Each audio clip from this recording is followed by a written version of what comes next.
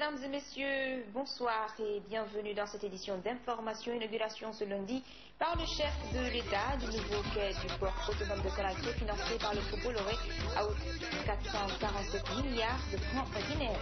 Le directeur de l'Agence nationale de la promotion de la bonne gouvernance n'est plus Mohamed François Falcon, est décédé dimanche des suites d'une crise cardiaque à son domicile. Et puis le Burkina Faso a désormais un président de la transition, Michel Kafando, c'est son nom, a été désigné tard la nuit dernière par toutes les parties prenantes du processus. C'est tout pour les titres. Une fois encore, bonsoir et bienvenue à tous. Le président de la République a procédé ce lundi à l'inauguration du nouveau quai du port autonome de Conakry. Ce quai doté des dernières technologies de gestion portuaire a été financé par le groupe Bolloré à hauteur de 447 milliards de francs guinéens. Ce joyau devrait permettre au port autonome de Conakry de rivaliser plus efficacement avec les autres ports de la sous-région. Lansana Traoré. Profond de 13 mètres, le nouveau quai de Conakry Terminal mesure 340 mètres qui s'ajoutent aux 260 mètres existants pour donner une longueur totale de 600 mètres pouvant accueillir simultanément 2 navires. Il sera doté de 2 portiques afin de permettre au port autonome de Conakry d'être plus compétitif en accueillant de grands navires. Avec un coût global de 47 millions d'euros, soit 447 milliards de francs guinéens, ce quai a été réalisé en 660 jours. Cette cérémonie d'inauguration a été une occasion pour le directeur pays de Bolloré Africa Logistique de revenir sur le contenu du projet de concession de Conakry Terminal. Cette réalisation ne constitue que la phase d'urgence du projet de Bolloré Africa Logistique pour le port de Conakry. Le projet du terminal à conteneurs est le fruit d'une double ambition, celle des plus hautes autorités de l'État de Guinée de faire du port de Conakry un port d'excellence. Une ambition portée par le groupe Bolloré qui conjugue tous ses efforts pour la réussite de ce projet.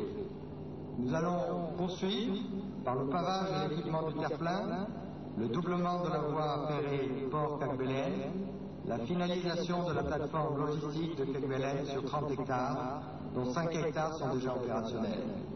Avec ce quai de standard international, le port autonome de Conakry devrait rivaliser avec les autres ports de la sous-région en opération portuaire. Le port de Conakry, par lequel la douane réalise 98% de ses recettes, reçoit annuellement plus de 1000 navires, traite plus de 7 millions de tonnes de marchandises et plus de 150 000 conteneurs EVP. Aujourd'hui, nous sommes fiers de ces infrastructures, équipements qui hissent désormais le port de Conakry au rang de port hautement compétitif de la sous-région. La réalisation de cet ouvrage par le groupe Bolloré en Guinée est un atout pour le développement du pays, à en croire le ministre des Transports. Depuis la décennie 90, le port n'a pas connu de création de nouvelles infrastructures et est resté confiné dans des installations qui ne lui ont pas permis de jouer pleinement son rôle de support de l'économie nationale. Le rôle stratégique qui est le sien au sein de l'économie nationale et en direction des pays de l'Interland. Je veux parler du Mali et du Burkina Faso. Pour le président de la République, la réalisation de ce quai vise à faire de la Guinée un hub vers l'Amérique latine. On peut dire la carte de l'Afrique, la Guinée est le point le plus avancé vers l'Amérique latine. Nous pouvons donc faire du port de Conakry un hub.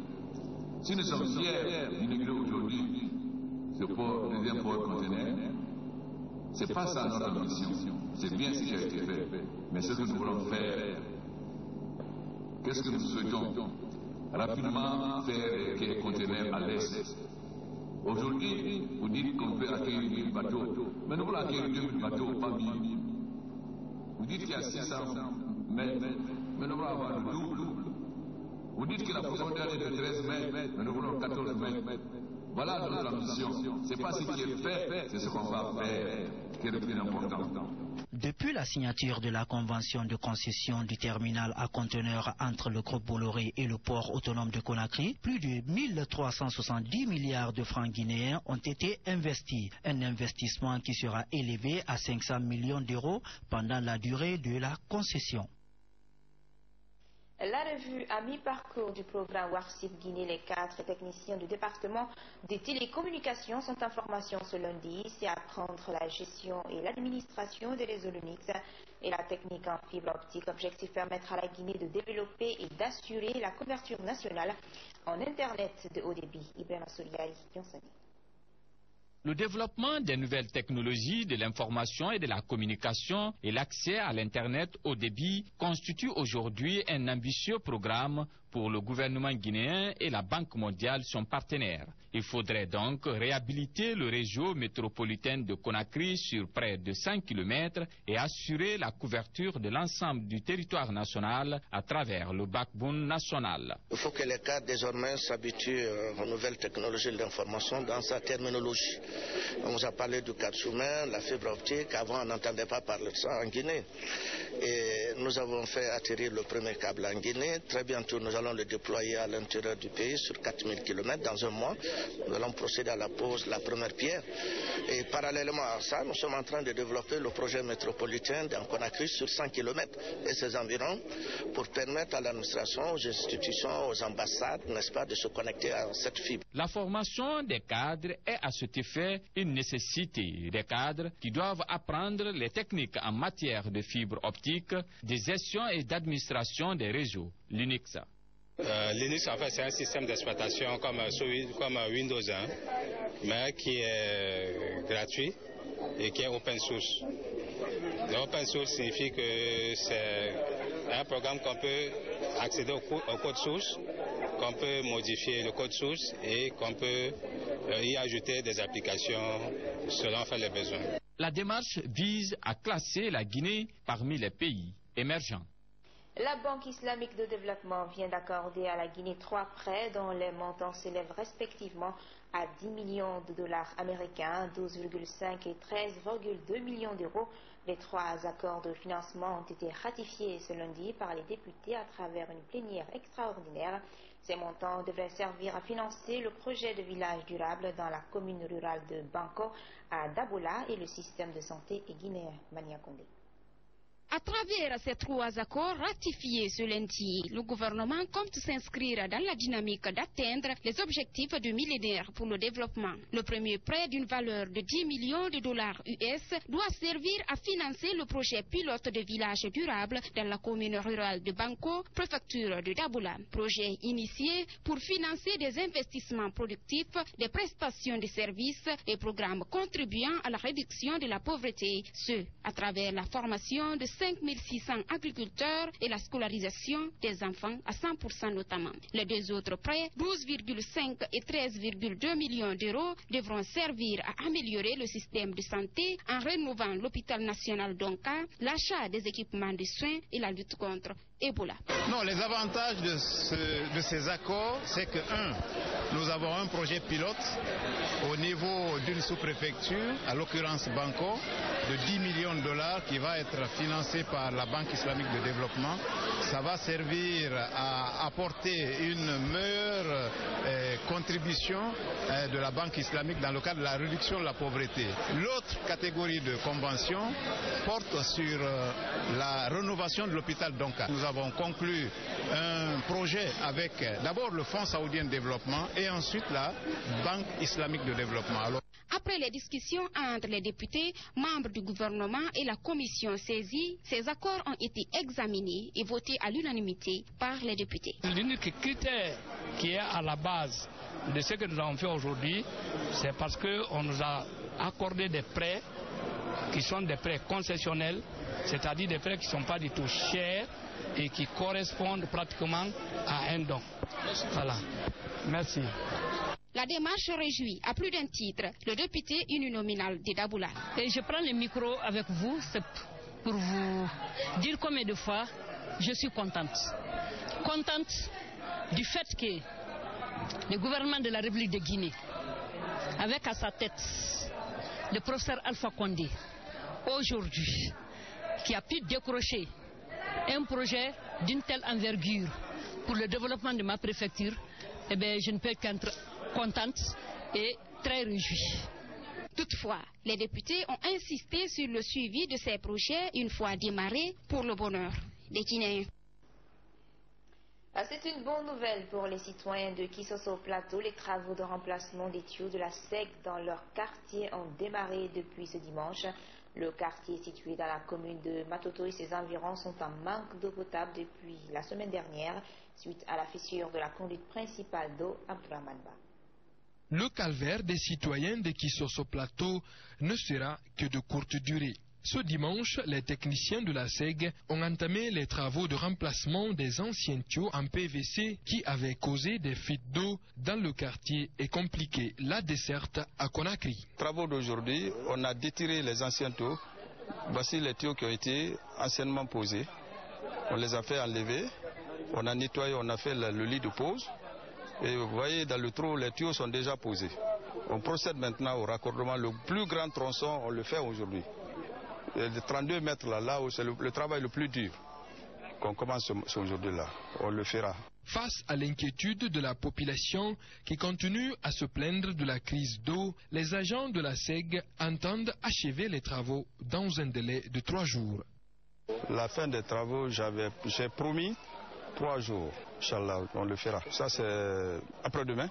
En plus des travaux engagés sur le terrain, un comité mixte a été mis en place. Son rôle, rencontrer les 14 familles sinistrées en vue de les rétablir dans leurs droits. Son premier entretien avec les populations sinistrées leur laisse une note d'espoir. Chaque victime a présenté des objets perdus et des objets non récupérables. Ça a été chiffré devant un bureau du quartier. Et d'après la garantie que le directeur, le coordinateur général de la SEG a dit, on croit et on espère être rétablis dans nos droits. Cette fois, les tuyaux remplacés sont en fer, une manière pour la SEG de résoudre une bonne fois les fissures de tuyaux devenues récurrentes.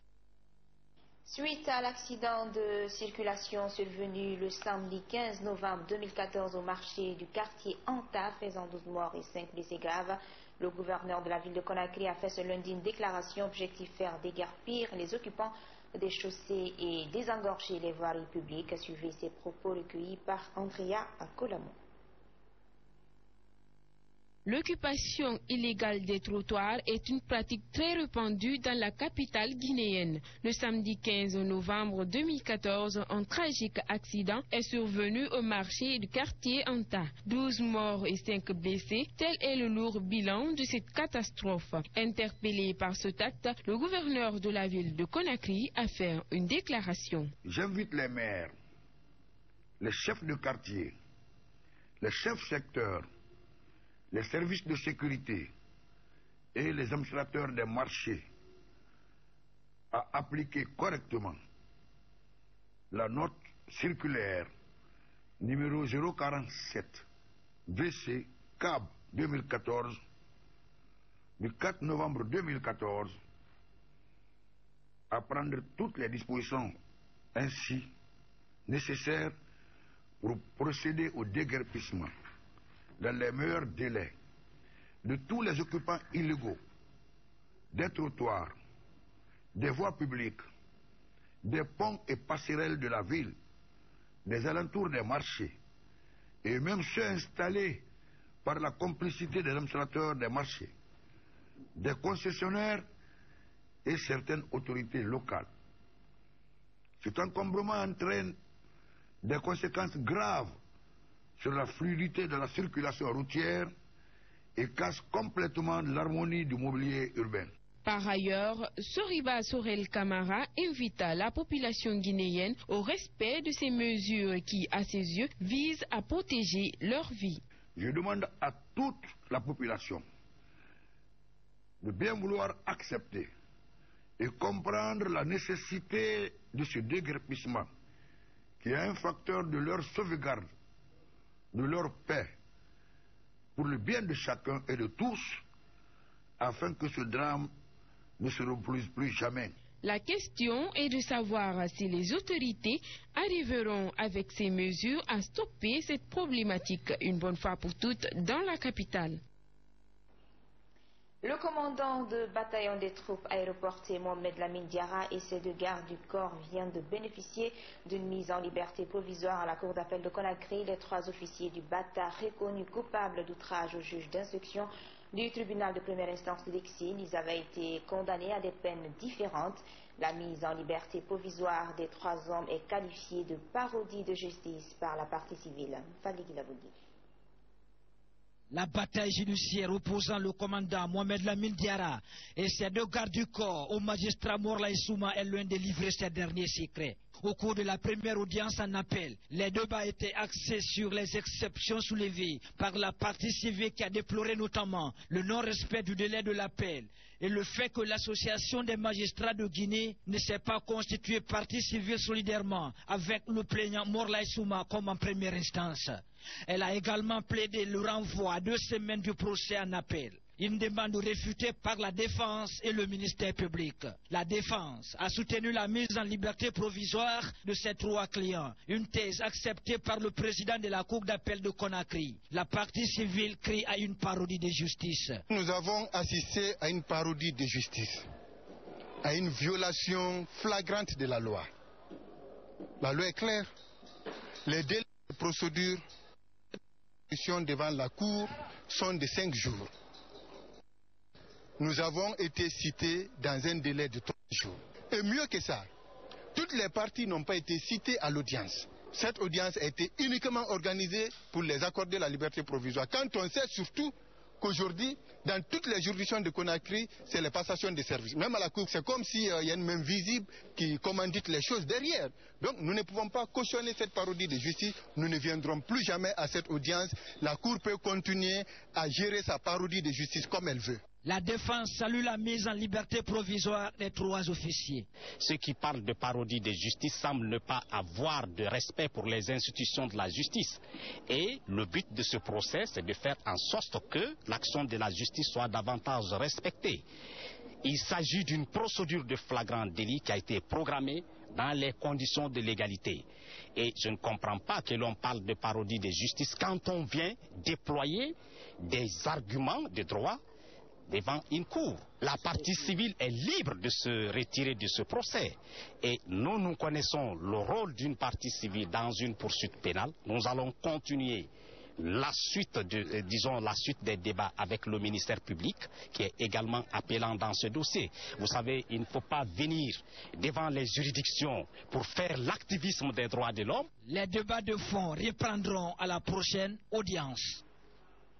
Passation de service à la Cour d'appel de Conakry ce lundi. Le premier président de la Cour d'appel, le directeur national de l'administration pénitentiaire et celui chargé des affaires criminelles et crasses ont pris fonction devant la famille judiciaire. Une passation au cours de laquelle ils se sont engagés à redorer le blason de la justice. L'affectation des juges dans plusieurs tribunaux et cours d'appel du pays est une action du ministre de la Justice. Elle s'inscrit dans le cadre de la réforme de la justice. Idiatou Diallo. Ce lundi, la Cour d'appel de Conakry a servi de cadre à plusieurs passations de services, dont celle du premier président de la Cour d'appel de Conakry, du directeur national de l'administration pénitentiaire et celle des affaires criminelles et des grâces. Ces passations permettront ainsi à la justice de relever certains défis. Le souhait du premier président entrant de la Cour d'appel est de redorer le blason de son institution. Au niveau de la Cour d'appel, c'est le renouveau et je vais lancer le nouveau travail et la conscientisation de tous les cadres. Les priorités, tout est priorité chez moi parce que c'est le renouveau. Dans son allocution, le président intérimaire sortant a réitéré son soutien à son successeur dans l'accomplissement de ses différentes tâches. Le président de la République a bien voulu mettre un autre pour nous conduire sur le bon chemin, pour le bien de la justice guinéenne. Les justiciables doivent comprendre que, comme par le passé, on va toujours continuer à bien travailler pour le bien de la justice guinéenne, à rendre de bonnes décisions à la satisfaction du peuple guinéen. Fodé Bangoura assurait l'intérim à la place de Yaya Boiro, actuellement juge à la cour de la CEDEAO. Les présidents des tribunaux de Conakry ont également pris fonction ce lundi. La République fédérale de Russie, à travers la société Rusal, multiplie ses efforts auprès de la Guinée dans la lutte contre Ebola. Depuis mars, le gouvernement russe a apporté plusieurs équipements à celui de la Guinée pour l'éradication de la fièvre hémorragique à virus Ebola. Aboubakar Assilikimane.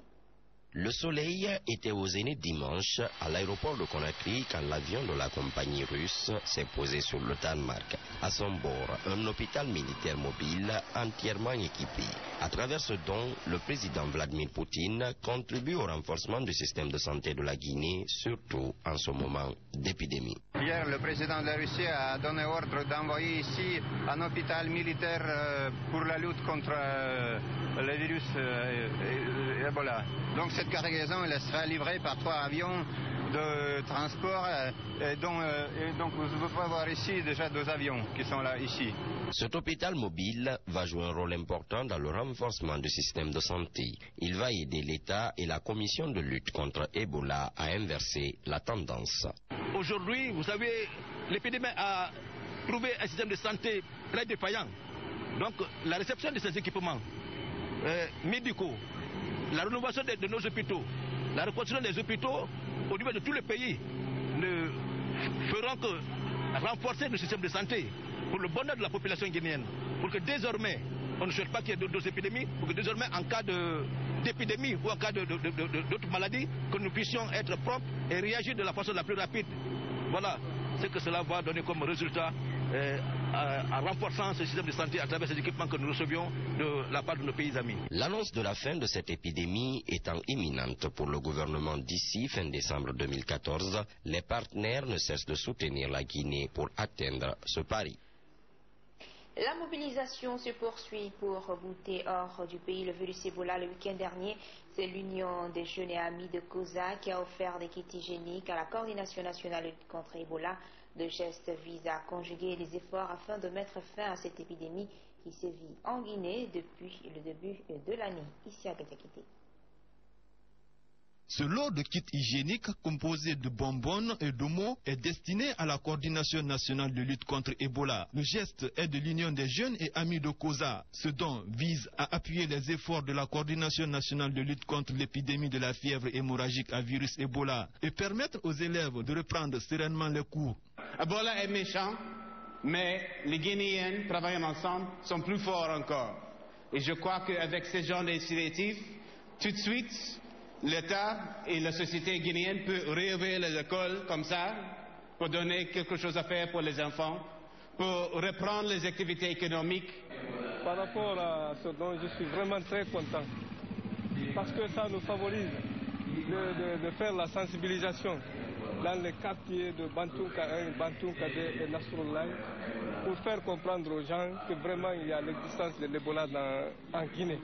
Et que nous devons tous ensemble se lever comme un seul homme, sans parti pris, pour essayer de combattre contre Ebola, pour le dégager dans notre pays.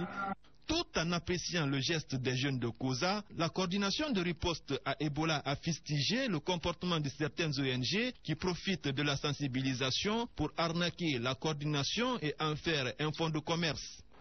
Lorsque quelqu'un veut aider ses parents, des femmes, des jeunes, est-ce qu'on a besoin pour cela d'aller à la coordination nationale pour demander un budget de 22 milliards 339 millions, une ONG.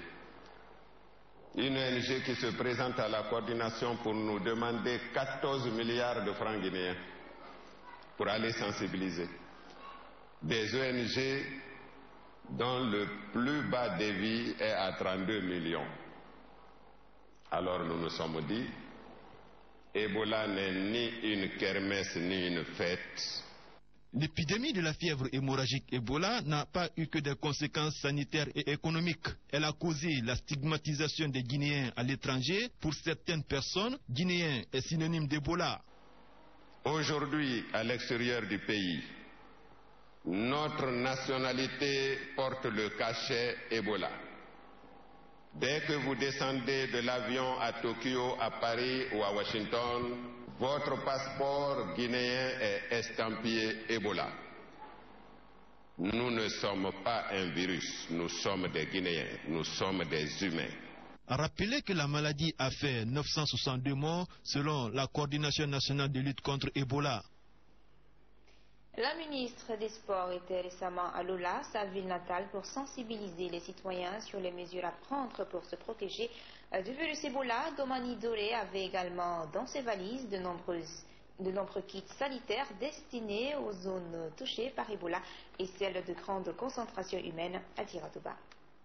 Lola, une ville de la Guinée forestière où le virus Ebola a aussi emporté plusieurs âmes. Une localité où la ministre des Sports a récemment posé son baluchon pour encourager la population à persévérer dans l'application des mesures d'hygiène et convaincre les sceptiques sur l'existence du virus, son mode de transmission et de prévention. Ce qui m'a vraiment réjoui, c'est que nous sentons que Lola est déjà face à cette riposte. À tous les coins de rue, devant les concessions, vous avez la petite bouteille qui leur permet d'amener les gens à se laver les mains. Déjà, c'est pour vous dire qu'ils intègrent déjà l'idée de dispositions hygiéniques afin d'éviter cette maladie. Il nous revient maintenant en tant que fils et naturellement membre du gouvernement de venir en appoint, les accompagner dans cette lutte. Un message vivement applaudi par la foule mobilisée sur la place des Martyrs. Domani Doré a également remis un important lot de kits sanitaires au préfet pour les zones touchées par Ebola et les points de grand regroupement de la ville. La recevoir ce matin en grand nombre, sous le chaud soleil, c'est la détermination qui vous amène à le faire. Le président de la République l'a envoyé ici pour venir nous sensibiliser, pour qu'on sache le danger que représente la fièvre Ebola. Et qu'est-ce que nous devons faire pour prévenir cette maladie? Si elle apprécie l'engagement des citoyens de Lola dans la lutte contre Ebola, Domani Doré ne semble pas totalement satisfaite de son combat. Je serai satisfaite le jour où le comité préfectoral me dira que nous avons 0 cas. Et donc pour le moment, la chaîne de contamination, elle doit être rompue. Et j'avoue que dans les jours à venir, j'espère qu'on puisse me dire que nous avons 0 cas à Lola et donc Ebola désormais a quitté la ville. D'ici là, j'avoue quand même que je suis quand même satisfaite pour cette première étape. Et une délégation est en séjour après nous dans le même cadre pour sillonner toutes les sous-préfectures. Nous espérons qu'ils trouvent les mots qu'il faut afin de permettre à nos populations d'intégrer l'idée de riposte contre Ebola. La ministre des Sports a invité le président des ressortissants de Lola et Conakry et les artistes locaux à l'accompagner dans cette lutte contre le virus Ebola. Mohamed François Falcon, le directeur de l'Agence nationale de la promotion de la bonne gouvernance et lutte contre la corruption, n'est plus. Il est décédé dans la nuit du dimanche au lundi à son domicile. Selon la famille du défunt, une crise cardiaque serait à l'origine de sa mort. Ce lundi, le corps de François Falcon était à la morgue de l'hôpital Ignace Dine, où il a été préparé et conservé dans la chambre froide en attendant le jour de l'enterrement. Tierno Falilou Diallo. Mohamed François Falcon, connu pour les conférences de presse qu'il animait, les séminaires de renforcement des capacités pour les journalistes et sa lutte acharnée contre la corruption, a tiré sa révérence des suites d'une crise cardiaque. Le corps a été admis ce matin à la morgue de l'hôpital Ignace Dine, où il a été préparé pour les cérémonies funèbres prévues dans les prochains jours. Nous, on ne peut rien dire concernant son décès. On a reçu un corps, on nous a dit de conserver le corps jusqu'au vendredi. Donc c'est ce qui fut fait. On a fait la toilette funèbre, on l'a préparé au formol, on l'a conservé dans la chambre froide jusqu'au vendredi. Selon l'oncle maternel du défunt, François Falcon a juste été réveillé par la mort. Il ne souffrait apparemment de rien. C'est hier nuit, vers 23 heures que la mort l'a réveillé. Vers 1 heure du matin, comme il est mort. M'a enfermé vers 6 heures du matin qu'il est mort. À domicile. Il n'était pas malade. Il a travaillé hier, il est rentré.